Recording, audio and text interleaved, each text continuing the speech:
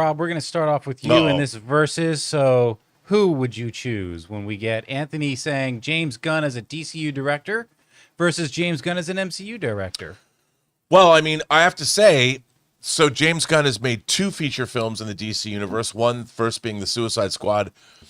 I loved that. I love that movie. I mean, I'm not going to lie, I love The Suicide Squad. And I really liked Superman a great deal. I had so much fun with it. I know it was doing a lot of laying the foundation. And he's got one more movie in the MCU, which is the Guardians of the Galaxy movies. Yep. So, and look, I would say this. I'm really looking forward to what James Gunn's going to do in the DC universe moving forward, because I've enjoyed Peacemaker, and he's basically, I mean, other people have worked on it, but that's pretty much his brainchild. And we've got, I think those are 8-episode seasons, right? I honestly can't remember. I don't remember either, but still 16, that's a lot of, if you take his 2 movies and Peacemaker, there's more material that he's made for the DC universe. Yeah. And I would say, no doubt, I'm not going to take away anything from what he did in the MCU, but I find what he's doing with the DC universe more intriguing. I think that's a fair way to put it. You know, because there's so many things going on and happening, and I want to see where it's going to go. By the way, one of the people at the interview yesterday, the girl who was running everything, worked on lanterns.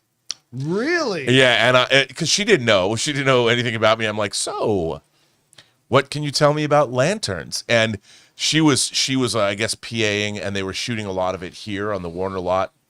She thought that the show looked great, sounded great. She thought Aaron Pierre, he goes, you don't understand, when you're in the presence of that guy, he's just this incredibly beautiful human being, and if anybody could be a Green Lantern, it would be him. And I thought that was so funny. I'm like, all right, because I love when I talk to people that are working on something that we want to know about, and they don't know how much we're like nerds or like what information we're getting or gleaning. Right. She's like, yeah, and I'm like, did you see him in costume? She goes, well, I saw some pictures of what they look like in costume, but she doesn't know what she doesn't know, or she doesn't know what she does know. But what she said was very intriguing, and it sounds to be, she was very excited. She thinks it's going to be really, really good show. All right, so you're gonna lean towards James Gunn with the DC. Hell yeah. You know, for me, it's a very tough question, because I think the single best thing out of the batch of his Marvel and DC stuff might be Guardians 1. I mean, Guardians I would agree. 1 is so freaking good, but I think the weakest thing out of the batch of all of his Marvel and DC stuff is Guardians 2. And by the way, I like Guardians 2. I do too. I do. But I like Peacemaker and Suicide Squad and Superman and Guardians 1 and 3 more.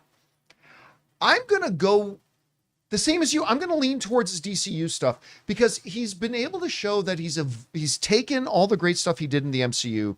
He's been able to bring that skill set over and evolved his skill set as well.